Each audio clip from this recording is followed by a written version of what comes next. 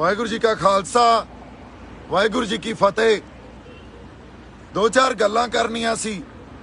मेरे खिलाफ बड़ा प्रचार हो रहा, मेरे खिलाफ सारी साडा जिहड़ा संघर्षी लोग भी आ ते साडा आवाम आ ਉਹ ਇਹ प्रचार कर रहा भी देखो दीप ने ਇਹ अंदोलन खराब करता, दीप ने लोगों ਨੂੰ ਭੜਕਾਇਆ। ਪਹਿਲੀ ਗੱਲ ਤਾਂ ਆਪਾਂ ਕੱਲ ਰਾਤ ਤੋਂ ਜਿਹੜੀਆਂ ਘਟਨਾਵਾਂ ਵਾਪਰ ਰਹੀਆਂ ਸੀ, ਕੱਲ ਰਾਤ ਤੋਂ ਸੀਕੁਐਂਸ ਆਫ ਇਵੈਂਟ ਜੋ ਹੋ ਰਹੇ ਸੀ ਮੋਰਚੇ 'ਚ, ਉਹਨੂੰ ਸਮਝਦੇ ਆ। ਪਹਿਲਾਂ ਸਾਡੇ ਪੰਧੇਰ ਸਾਹਿਬ ਤੇ ਪੰਨੂ ਸਾਹਿਬ ਨੇ ਇਹ ਗੱਲ ਮੋਰਚੇ ਦੀ ਸਟੇਜ ਤੋਂ ਆਖੀ ਵੀ ਅਸੀਂ ਪੁਲਿਸ ਵਾਲੇ ਦਿੱਤੇ ਹੋਏ ਰੂਟ ਤੋਂ ਆਪਦਾ ਮਾਰਚ ਨਹੀਂ ਕੱਢਾਂਗੇ, ਰੋਸ ਮਾਰਚ ਨਹੀਂ ਕੱਢਾਂਗੇ, ਅਸੀਂ ਦਿੱਲੀ ਦੇ ਅੰਦਰ ਜਾਵਾਂਗੇ। ਹੁਣ ਉਸ ਤੋਂ ਬਾਅਦ ਸੰਯੁਕਤ ਕਿਸਾਨ ਮੋਰਚੇ 'ਚ ਇੱਕ ਆਮ ਸਹਿਮਤੀ ਹੋਈ, ਆਗੂਆਂ 'ਚ ਆਪਸੀ ਸਹਿਮਤੀ ਇਹ ਹੋਈ ਵੀ ਉਹਨਾਂ ਨੇ ਆਪਦਾ ਜੋ ਰੂਟ ਪਹਿਲਾਂ ਤੈਅ ਕੀਤਾ ਸੀ ਵੀ ਰਿੰਗ ਰੋਡ ਤੇ ਜਾਣਾ, ਉਹਨੂੰ ਚੇਂਜ ਕਰਕੇ ਪੁਲਿਸ ਵੱਲੋਂ ਦਿੱਤੇ ਹੋਏ ਰੂਟ ਤੇ ਸਹਿਮਤੀ ਜਤਾਈ।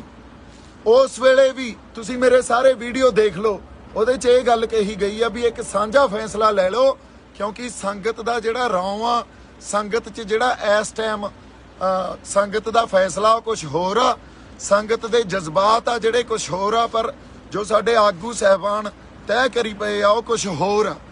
ਸੋ ਇਸ ਕਰਕੇ ਕੱਲ ਰਾਤ ਨੂੰ ਸੰਯੁਕਤ ਕਿਸਾਨ ਮੋਰਚੇ ਦੀ ਸਟੇਜ ਤੋਂ ਉੱਥੇ ਨੌਜਵਾਨਾਂ ਨੇ ਬਹੁਤ ਜ਼ਿਆਦਾ ਆਪਦੇ ਜੋਸ਼ ਨਾਲ ਤੇ ਇਹ ਕਹਿ ਲਓ ਨਾਲ ਹੋਸ਼ ਨਾਲ ਵੀ ਆਪਦਾ ਰੋਸ ਪ੍ਰਗਟ ਕੀਤਾ ਵੀ ਅਸੀਂ ਦਿੱਲੀ ਦੇ ਅੰਦਰ ਜਾਣਾ ਤੇ ਅਸੀਂ ਜੋ ਪ੍ਰੋਗਰਾਮ ਤੁਸੀਂ ਜਿਹੜੇ ਰੂਟ ਦਾ ਦੇ ਰਹੇ ਹੋ, ਜੋ ਸਰਕਾਰ ਨੇ ਦਿੱਤਾ ਜਾਂ ਪੁਲਿਸ ਨੇ ਦਿੱਤਾ, ਉੱਥੇ ਰੋਸ ਮਾਰਚ ਨਹੀਂ ਕਰਨਾ। ਇਹ ਗੱਲ ਜਦੋਂ ਅਸੀਂ ਸਟੇਜ ਤੋਂ ਉਹ ਮੌਕਾ ਵੀ ਸੰਭਾਲਿਆ ਤੇ ਕਿਸਾਨ ਆਗੂਆਂ ਨਾਲ ਸ਼ੇਅਰ ਕੀਤੀ ਵੀ ਆਪਾਂ ਬੈਠ ਕੇ ਇੱਕ ਸਾਂਝਾ ਫੈਸਲਾ ਲਈਏ, ਤੇ ਇਸ ਗੱਲ ਨੂੰ ਇਗਨੋਰ ਕੀਤਾ ਗਿਆ। ਪਬਲਿਕ ਸੈਂਟੀਮੈਂਟ ਨੂੰ ਜਾਂ ਲੋਕਾਂ ਦੇ ਜੈਨੂਇਨ ਸੈਂਟੀਮੈਂਟ ਨੂੰ ਇਗਨੋਰ ਕੀਤਾ ਗਿਆ ਤੇ ਇਹ ਗੱਲ ਕਹੀ ਗਈ ਜੋ ਅਸੀਂ ਕਵਾਂਗੇ ਅਸੀਂ ਉਹੀ ਕਰਾਂਗੇ ਹੁਣ। ਸੋ ਔਰ ਸੰਗਤ ਨੂੰ ਵੀ ਉਹੀ ਕਰਨਾ ਪਊਗਾ। ਇਦੋਂ ਬਾਅਦ ਅਗਲੀ ਗੱਲ ਜਦੋਂ ਇਹ ਹੋਈ ਵੀ ਸਵੇਰੇ ਪੰਧੇਰ ਸਾਹਿਬ ਤੇ ਪੰਨੂ ਸਾਹਿਬ ਅੱਗੇ ਲੱਗੇ, ਉਹਨਾਂ ਦੇ ਟਰੈਕਟਰ ਤੇ ਉਹਨਾਂ ਦੀ ਜਥੇਬੰਦੀ ਅੱਗੇ ਸੀ, ਤੇ ਫਿਰ ਸੰਗਤ ਨੇ ਆਪ ਮੁਹਾਰੇ ਹੁਣ ਦੀਪ ਸਿੱਧੂ ਕਹਿੰਦੇ ਲੋਕਾਂ ਨੂੰ ਭੜਕਾ ਗਿਆ। ਤੁਸੀਂ ਇੱਕ ਗੱਲ ਸੋਚੋ ਵੀ ਲੱਖਾਂ ਲੋਕ ਕੱਲਾ ਦੀਪ ਸਿੱਧੂ ਭੜਕਾ ਗਿਆ। ਦੀਪ ਸਿੱਧੂ ਉਸ ਵਹਿਣ 'ਚ ਜਿਹੜਾ ਆਪ ਮੁਹਾਰੇ ਸੰਗਤ ਚਾਰੇ ਪਾਸਿਓਂ ਲਾਲ ਕਿਲੇ ਵੱਲ ਨੂੰ ਸਿੱਧੀ ਹੋ ਗਈ, ਤਾਂ ਦੀਪ ਸਿੱਧੂ ਵੀ ਉਹਨਾਂ 'ਚ ਇੱਕ ਸੀ। ਹੁਣ ਲੱਖਾਂ ਲੋਕ ਤੁਸੀਂ ਇਹ ਵੀ ਦੇਖ ਲਓ ਵੀ ਜਿਹੜਾ ਜਥੇਬੰਦੀਆਂ ਨੇ ਰੂਟ ਦਿੱਤਾ ਸੀ ਉਸ ਰੂਟ ਤੇ ਕਿੰਨੇ ਕੁ ਸਾਡੀ ਸੰਗਤ ਗਈ, ਤੇ ਜਿਹੜਾ ਰੂਟ ਆਪ ਮੁਹਾਰੇ ਹੋ ਕੇ ਸੰਗਤ ਨੇ ਬਣਾ ਲਿਆ ਉਸ ਰੂਟ ਤੇ ਕਿੰਨੀ ਕੁ ਸੰਗਤ ਗਈ, ਇਹਨੂੰ ਮਾੜਾ ਜਿਹਾ ਦੇਖ ਲਓ। ਤੇ 4 ਮੋਰਚੇ ਤੋੜ ਕੇ 4 ਥਾਵਾਂ ਤੋਂ ਬੈਰੀਕੇਡਿੰਗ ਤੋੜ ਕੇ ਸੰਗਤ ਲਾਲ ਕਿਲੇ 'ਚ ਦਾਖਲ ਹੋਈ, ਲਾਲ ਕਿਲੇ 'ਚ ਪਹੁੰਚੀ। ਉੱਥੇ ਮੈਂ ਤਾਂ ਕੀ, ਉੱਥੇ ਜੋ ਸਾਡੀਆਂ ਰੂਹਾਂ ਸੀਗੀਆਂ ਉਹਨਾਂ 'ਚ ਜੋ ਇੱਕ ਵਹਿਣ ਸੀ ਉਹ ਸਾਰੇ ਉਸ ਵਹਿਣ 'ਚ ਬਹਿ ਗਏ, ਤੇ ਅਸੀਂ ਕੋਈ ਵੀ ਪੋਸਟ ਤੋਂ ਝੰਡਾ ਨਹੀਂ ਲਾਹਿਆ, ਆਪਦਾ ਝੰਡਾ ਜਾ ਕੇ ਨਿਸ਼ਾਨ ਸਾਹਿਬ ਤੇ ਕਿਸਾਨ ਮਜ਼ਦੂਰ ਏਕਤਾ ਦਾ ਜਿਹੜਾ ਝੰਡਾ ਉੱਥੇ ਜਾ ਕੇ ਚੜਾਇਆ। ਸੋ ਅਸੀਂ ਹਮੇਸ਼ਾ ਹੀ ਜਿਹੜੇ ਐਡੇ ਵੱਡੇ ਸੰਘਰਸ਼ਾਂ ਦੇ ਵਹਿਣ ਹੁੰਦੇ ਆ ਨਾ, ਉਹਨੂੰ ਅਸੀਂ ਕਿਸੇ ਪਾਰਟਿਕੂਲਰ ਜਾਂ ਕਿਸੇ ਖਾਸ ਵਿਅਕਤੀਆਂ ਨਾਲ ਜੋੜ ਕੇ ਦੇਖਣ ਲੱਗ ਜਾਂਦੇ ਆ, ਇੱਥੇ ਹੀ ਗਲਤੀ ਕਰ ਜਾਂਦੇ ਆ। ਇਹ ਫਿਰ ਸਾਰੇ 5-10 ਲੱਖ ਲੋਕ 5 ਤੋਂ 10 ਲੱਖ ਲੋਕ, ਹੋ ਸਕਦਾ ਗਿਣਤੀ ਇਦੋਂ ਵੀ ਵੱਡੀ ਹੋਵੇ, ਉਹ ਸਾਰੇ ਹੀ ਕਲਪਰੇਟ ਹੋ ਗਏ, ਉਹ ਸਾਰੇ ਹੀ ਵਿਲਨ ਹੋ ਗਏ ਕਿ ਕੱਲਾ ਦੀਪ ਸਿੱਧੂ ਵਿਲਨ ਹੋ ਗਿਆ। ਤੁਸੀਂ ਇਹੀ ਪਹਿਲਾਂ ਇਤਿਹਾਸ 'ਚ ਅਸੀਂ ਗਲਤੀਆਂ ਕੀਤੀਆਂ, ਅਸੀਂ ਸੰਘਰਸ਼ਾਂ ਦੇ ਵਹਿਣ ਨੂੰ ਕਿਸੇ ਖਾਸ ਸ਼ਖਸੀਅਤ ਦੇ ਨਾਲ ਜੋੜ ਕੇ ਦੇਖਣ ਲੱਗ ਜਾਂਦੇ ਆ ਤੇ ਇੱਕ ਬੰਦੇ ਨੂੰ ਵਿਲਨ ਬਣਾ ਦਿੰਦੇ ਆ। ਨਹੀਂ, ਉੱਥੇ ਸਾਰੀ ਸੰਗਤ ਦਾ ਜਿਹੜਾ ਰੌਂ ਸੀ, ਸੰਗਤ ਦਾ ਫੈਸਲਾ ਸੀ, ਉਹ ਦਿੱਲੀ ਜਾਣ ਦਾ ਸੀ, ਦਿੱਲੀ ਐਂਟਰ ਹੋਣ ਦਾ ਸੀ। ਜਦੋਂ ਅਸੀਂ ਦਿੱਲੀ ਐਂਟਰ ਹੋਏ ਉਦੋਂ ਬਾਅਦ ਫਿਰ ਜਿਉਂ-ਜਿਉਂ ਰਸਤਾ ਬਣਦਾ ਗਿਆ ਤਿਉਂ-ਤਿਉਂ ਉਧਰ ਨੂੰ ਵਧਦੇ ਗਏ।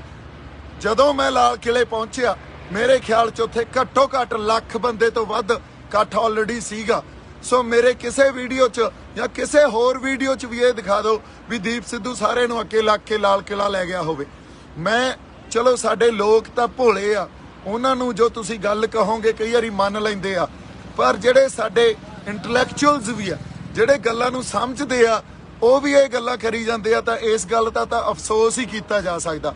ਮੈਂ ਮੋਰਚੇ ਤੋਂ ਜਾਂ ਸਾਡੇ ਕਿਸਾਨਾਂ ਦੇ ਜਿਹੜੇ ਸਾਡੇ ਹਿੱਤ ਆ ਉਹ ਤੋਂ ਵੱਡਾ ਨਹੀਂ ਆ। ਆਪਾਂ ਇੱਥੇ ਭੜਕਾਉਣ ਨਹੀਂ ਆਏ।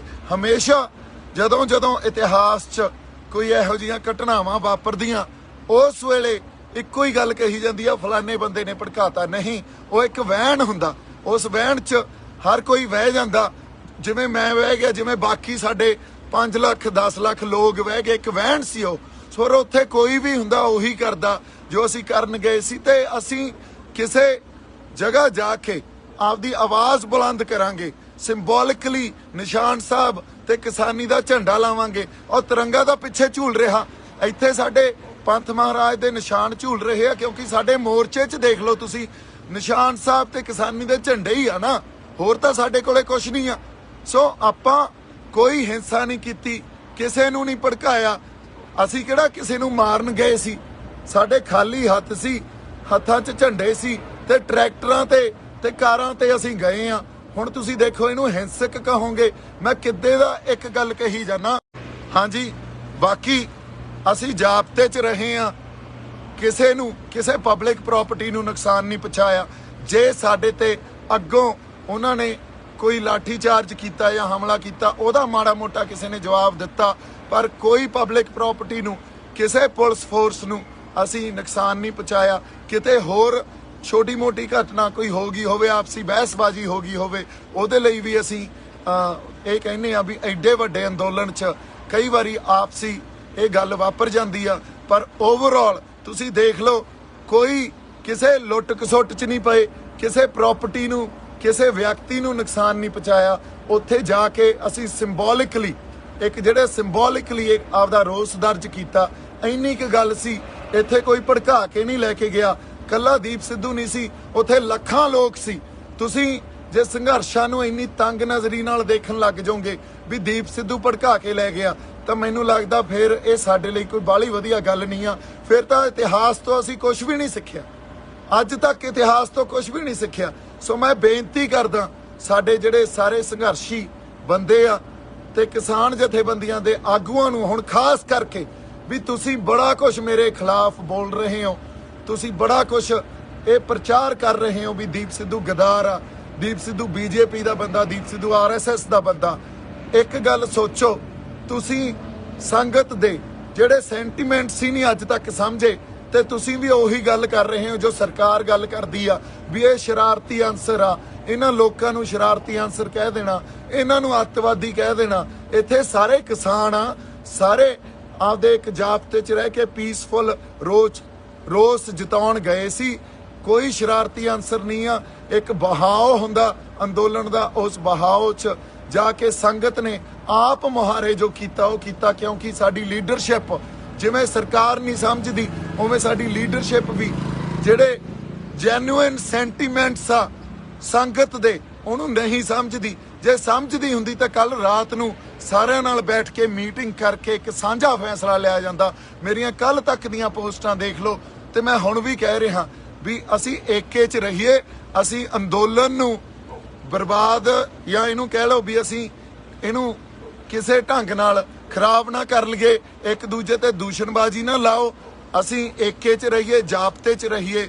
ਕੋਈ ਨਹੀਂ, ਜੋ ਹੁਣ ਮੇਰੇ ਨਾਲ ਹੋਊ ਅਕਾਲ ਪੁਰਖ ਵਾਹਿਗੁਰੂ ਉਹ ਆਪੇ ਭਲੀ ਕਰੂਗਾ, ਮੈਂ ਨਜਿੱਠੂਗਾ।